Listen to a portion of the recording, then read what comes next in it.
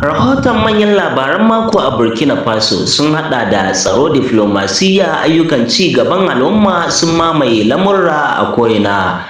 A tsakanin ranakun 13 zuwa 19 ga watan Yulin shekara ta 2026, ƙasar Burkina Faso ta gudanar da jerin muhimman ayyuka da suka shafi tsaro, diflomasiyya, kiwon lafiya da hulɗa da al'umma.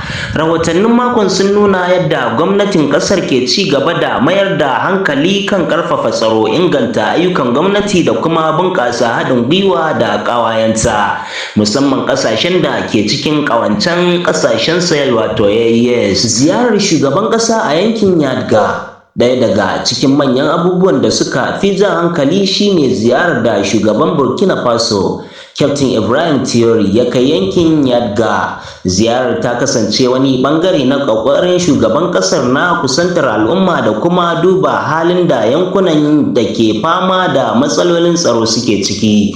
A yayin ziyarar, shugaban ya gana da jami'an tsaro da masu sa kai na kare ƙasa, inda ya yaba da irin sadaukarwar da suke yi wajen kare ƙasar, ya kuma ƙarfafa musu gwiwa da su ci gaba da fuskantar barazanar 'yan ta'adda da sauran masu tayar da ƙayar baya. Baya ga batun tsaro, ziyarar ta ba shugaban damar jin bukatun al'ummar yankin kai tsaye da kuma duba yadda ake aiwatar da wasu ayyukan ci gaba.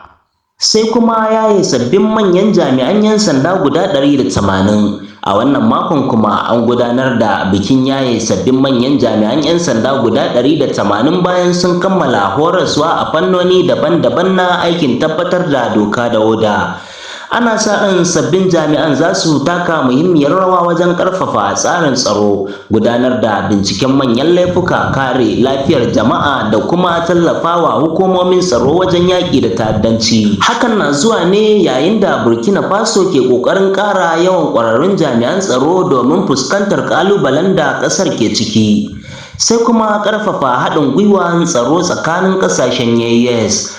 A ɓangaren diflomasiyya da tsaro, makon ya shaida ci gaba da ƙarfafa haɗin gwiwa tsakanin ƙasashen Burkina Faso, Mali da Nijar, waɗanda suka kafa ƙawancen ƙasashen Sahel wato AES. Haɗin gwiwar ya mayar da hankali kan musayar bayanan sirri, tsara dabarun yaƙi da ƙungiyoyin masu ɗauke da makamai, da gudanar da ayyukan haɗin gwiwa tsakanin rundunonin tsaro. Hukumomin ƙasashen uku na ci gaba da bayyana cewa haɗin kan zai taimaka wajen magance matsalolin tsaro da suka addabi yankin Sahel. Sai kuma shirin tallafin lafiya ga masu rauni. A fannin kiwon lafiya, gwamnatin Burkina Faso ta aiwatar da wani shiri na musamman domin tallafawa al'ummomin da ke cikin mawuyacin hali. Shirin ya mayar da hankali ne wajen inganta samun kulawar lafiya ga mata, yara, tsoffi da sauran masu bukata, musamman a yankunan da ke fama da matsalolin tsaro ko ƙarancin cibiyoyin lafiya. Hukumomi sun bayyana cewa manufar shirin shine rage wahalhalu da jama'a ke fuskanta da kuma inganta lafiyar al'umma.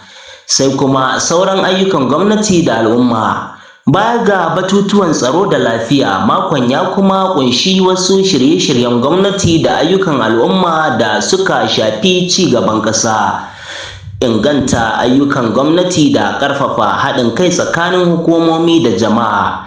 Masu lura da al'amuran ƙasar na ganin irin waɗannan shirye-shirye na nuna ƙoƙarin gwamnatin Burkina Faso na haɗa batutuwan tsaro da ci gaban jama'a, tare da neman tabbatar da cewa matakan da ake ɗauka suna amfani ga al'ummar ƙasar baki ɗaya.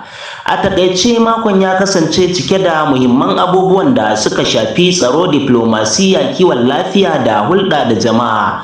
Duk da ƙalubalen da ƙasar ke fuskanta, gwamnatin Burkina Faso ta ci gaba da bayyana aniyarta na ƙarfafa zaman lafiya, bunƙasa haɗin gwiwar yankin da kuma inganta rayuwar al'umma.